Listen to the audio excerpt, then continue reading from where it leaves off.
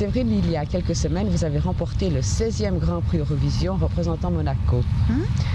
Est-ce que ce succès a déjà changé votre vie? Oui, tout à fait, sur le plan du travail, surtout parce que maintenant, par rapport à l'année dernière, je travaille beaucoup, je ne touche plus terre à Paris. Disons, je suis toujours à gauche, à droite, en Allemagne, en Angleterre, en Italie, en France. Tout est nouveau maintenant, tout a changé. Est-ce que ça a changé votre vie privée? Oh non, absolument pas.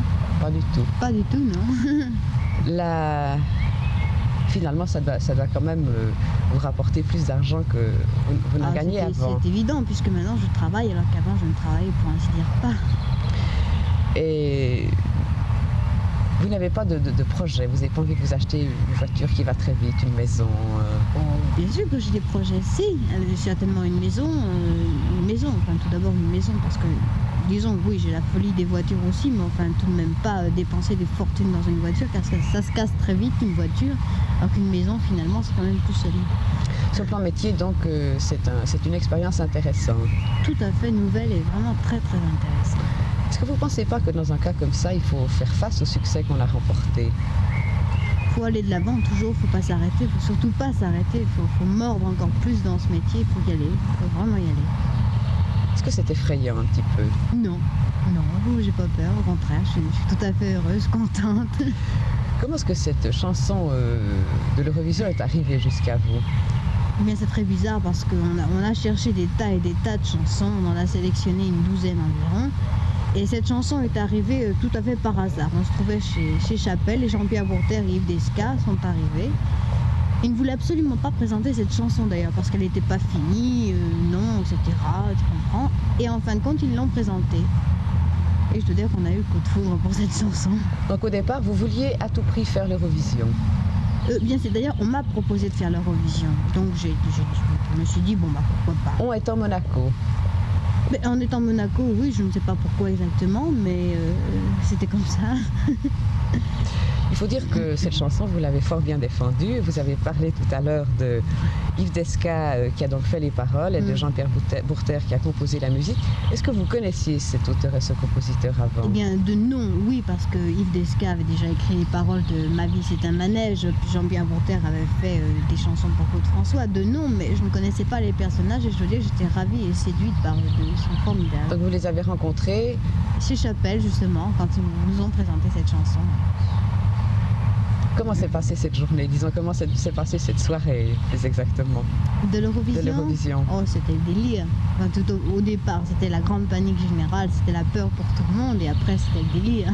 Est-ce qu'il y a des questions de superstition dans les concours tels que l'Eurovision? Est-ce qu'il y a un numéro 13 d'abord?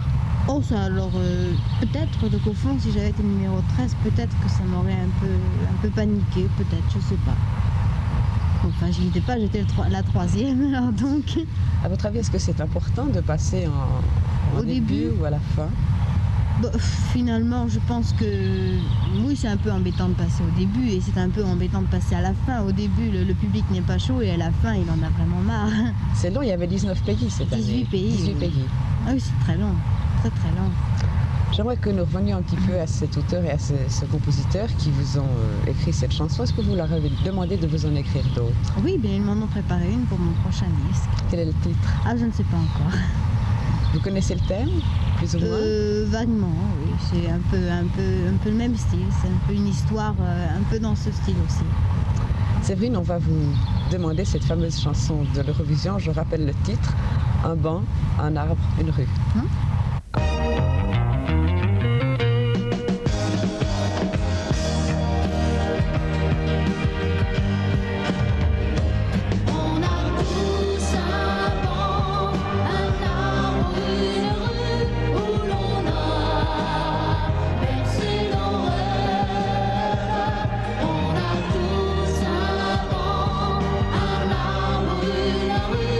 Une enfance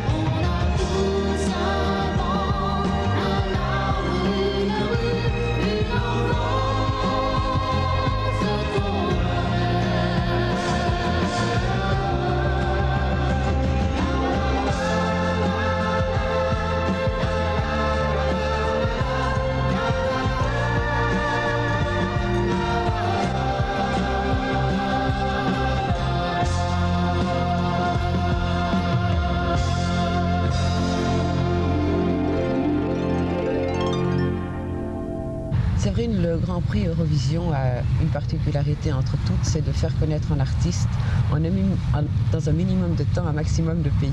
Dans combien de langues est-ce que vous avez déjà enregistré cette chanson? Eh bien, je l'ai enregistrée en italien, en espagnol, en allemand, en anglais et en français. Est-ce que vous croyez que vous allez continuer à enregistrer dans d'autres langues? Oui, parce que ça marche très très fort pour moi maintenant en Angleterre, en Allemagne. Donc déjà, ce sont deux pays où je suis sûre de pouvoir travailler. D'ailleurs, j'ai un projet de 33 tours à Berlin. Je pars l'enregistrer au mois de juin et en Angleterre aussi.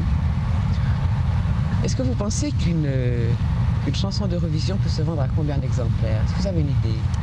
Oh, ce sera certainement énorme parce que la chanson est classée dans tous les pays.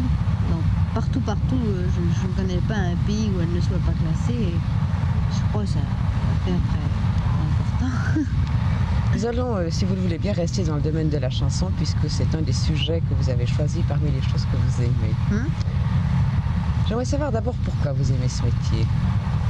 Mais parce que pour moi déjà au départ c'est un moyen de communiquer avec les gens, avec le public, et j'aime les gens autour de moi, je les aime parce que j'ai besoin d'eux, parce que j'ai besoin de sentir que les gens portent attention à ce que je fais, parce que j'aime chanter, parce que pour moi si je ne chantais pas ça ne voudrait rien dire du tout. Et puis parce que j'aime voyager, c'est tellement merveilleux d'aller dans chaque pays, de voir des gens différents, de chanter devant un public différent, de voir les gens qui se précipitent autour de vous, qui vous aiment, qui attendent que vous arriviez sur scène, c'est fabuleux. Les joies comme les déceptions, c'est merveilleux, c'est un métier extraordinaire. Est-ce qu'on peut dire que dans un métier comme ça, il y a peut-être un certain côté exhibitionniste? J'exagère peut-être un peu le mot, mais... Finalement, pas vraiment, parce que finalement, pour certains artistes, oui, il y a certains artistes qui sont un peu exhibitionnistes, mais pas tous. Je pense que c'est pas une généralité. Mais enfin, le fait d'être derrière un rideau, de sentir que les gens nous attendent... Ah, c'est fabuleux, c'est extraordinaire. Mais comment est-ce que vous qualifiez ça? Oh, je peux pas qualifier ça, c'est un sentiment que l'on ressent, c'est quelque chose qui se passe en soi, justement. C'est justement un sentiment qu'aucune autre profession ne peut ressentir. Quand on n'est pas artiste ou quand on n'est pas comédien, ni chanteur, ni qu'on ne monte pas sur scène, on ne peut pas ressentir ça. Vous disiez tout à l'heure, c'est un métier que j'aime parce qu'il permet de communiquer avec les gens. Dans quel sens est-ce que vous le disiez? Vous pensez que la chanson est finalement un moyen de communication, ou si vous attendez du public beaucoup plus que ça?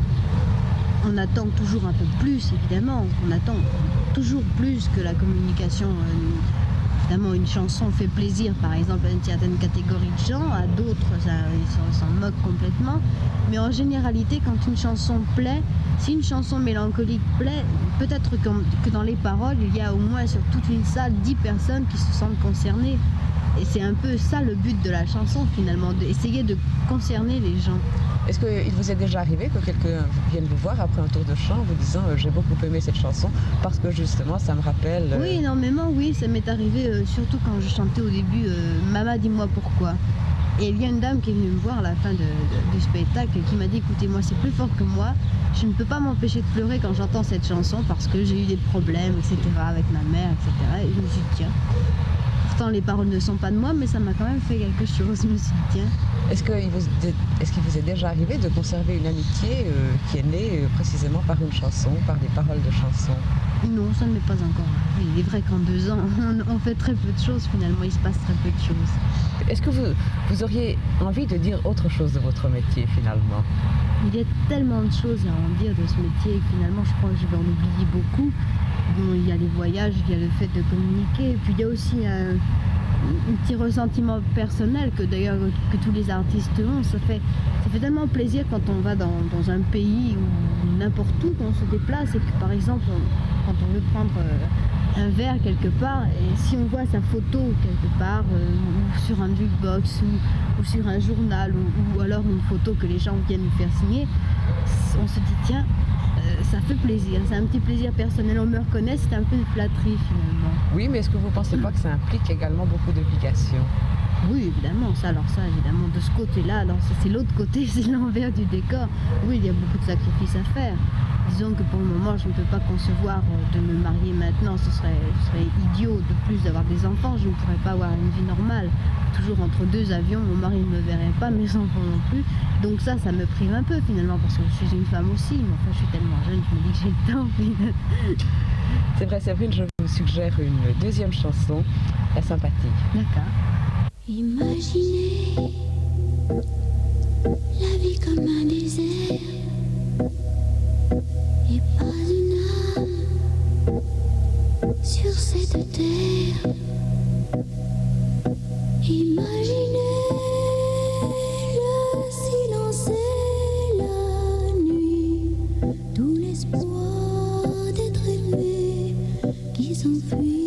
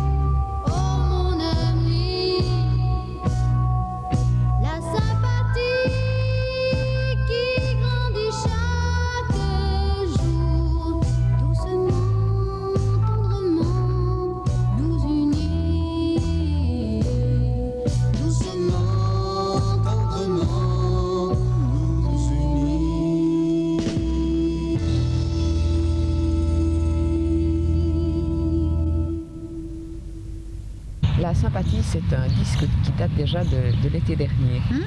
C'est un disque d'ailleurs qu'on réécoute toujours avec plaisir et c'est une chose assez surprenante car souvent un disque d'été ne dure qu'un été.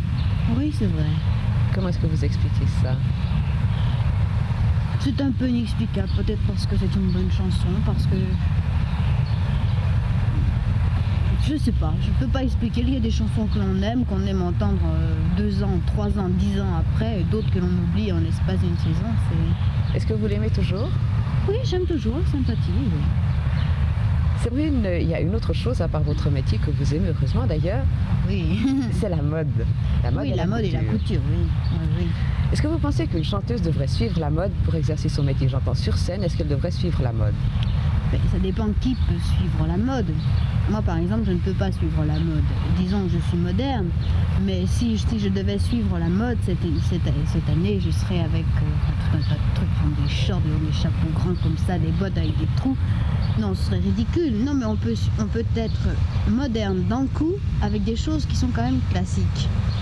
Et moi, c'est un peu le style d'habillement que j'aime porter. D'ailleurs, je suis, pour ainsi dire, pratiquement toujours en pantalon avec une veste. Ou alors, maintenant, évidemment, comme tout le monde, j'y suis passée aussi aux shorts. J'ai pas coupé. Mais je crois qu'on doit s'habiller selon son personnage et ce que l'on aime aussi.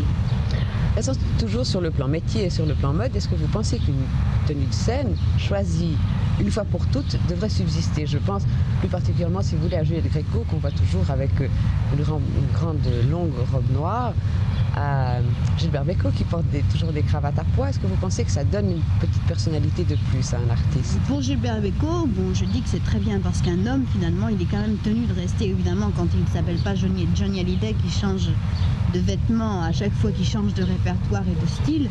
Mais pour Gilbert Bécaud, qui est quand même un artiste de classe, disons, et qui est quand même toujours dans le même esprit de chanson, sa cravate à pois, ça fait partie de Gilbert Bécaud. Juliette Gréco, sa longue robe noire, ça fait partie d'elle-même, comme Edith Piaf. C'est comme si Edith Piaf, c'était un jour, était venue chanter avec une robe blanche ou une robe rouge avec des pois, ça n'aurait plus été Edith Piaf. Est-ce que Séverine va adopter une tenue de scène? J'en ai adopté une, d'ailleurs, seulement évidemment, comme je suis jeune, je peux me permettre de changer de couleur, Je change les couleurs, mais c'est toujours la même idée, la même chose. C'est-à-dire que c'est une petite veste avec un petit col comme ça, des petites manches sur un pantalon. Et c'est toujours dans des couleurs différentes. J'en ai un beige, j'en ai un bleu ciel, j'en ai un turquoise, j'en ai un noir, et de toutes les couleurs. Et j'ai évidemment une grande robe longue en velours prune avec des grandes manches transparentes que je mets pour les grandes occasions, comme l'Eurovision par exemple. Qu'est-ce qui vous plaît finalement dans la mode? J'aime ce qui me va. C'est-à-dire que j'aime beaucoup porter le pantalon parce que je trouve qu'on est bien en pantalon. Puis on ne fait pas de complexe, on n'est pas toujours tenté de se dire attention, est-ce que mon bas n'est pas filé, est-ce que on n'a pas ces problèmes-là. On est libre, on est en pantalon, on est bien. Moi, je me trouve bien en pantalon. Est-ce que vous achetez souvent des magazines de mode, vous feuilletez en disant... Toujours, parce que j'adore en plus me faire des vêtements moi-même, des vêtements que je ne mets jamais parce qu'ils sont, pour ainsi dire, toujours ratés. Mais j'adore les faire, c'est comme ça. Alors je prends des idées et des fois ça m'arrive de les réussir. Alors je les mets 2-3 fois, je suis toute fière. Si vous deviez changer de métier, est-ce que c'est un métier qui vous attirerait? Non, parce que d'abord, j'ai pas envie de changer de métier du tout. Si je devais changer de métier, si je devais abandonner mon métier, je me consacrerais à ma vie de femme complètement. Je pense pas que j'aurais le courage ni le cœur de reprendre un autre métier. Non, je pourrais pas. Sans chanter, non. J'envisage même pas, je ne pense à rien du tout. Quel genre de satisfaction pensez-vous qu'une vie de femme peut donner? Oh, des tas, à condition évidemment d'être bien réussi. Par exemple, si on a un mari charmant, qu'on est très, très amoureuse de son mari, qu'on a des enfants adorables, malgré tout ce que comportent les embêtements d'un enfant, c'est formidable. C'est ça la vie de femme heureuse. Vous venez de dire si on est très amoureuse de son mari, est-ce que ça sous-entend qu'il n'est pas indispensable que son mari, enfin que votre mari soit amoureuse de vous? Si, voilà, c'est réciproque. Moi, quand je dis ça, c'est réciproque. Au contraire, surtout, enfin, moi, je pense que je suis une petite fille qui aime bien, qui est très attachée aux gens, mais qui aime qu'en échange, on lui donne beaucoup d'amour, beaucoup de satisfaction. J'aime les gens. Et je ne comprends pas, par exemple, quand on me dit, tiens, un tel a dit ça et ça sur toi, enfin les gens maldisants, disons, ça me fait beaucoup de peine parce que je ne comprends pas. Moi, j'aime les gens et je trouve normal qu'on me donne de l'amitié en échange et de l'amour. Et dans la vie, je crois que je demanderais beaucoup de mon mari. Je lui en donnerais des tonnes, mais il devra m'en donner beaucoup aussi. Séverine, je crois que c'est sur ces mots très sympathiques que nous allons conclure cette émission. Toutefois, je vous demanderai une dernière chanson qui a été une de vos premières chansons d'été, son titre La Mélodie.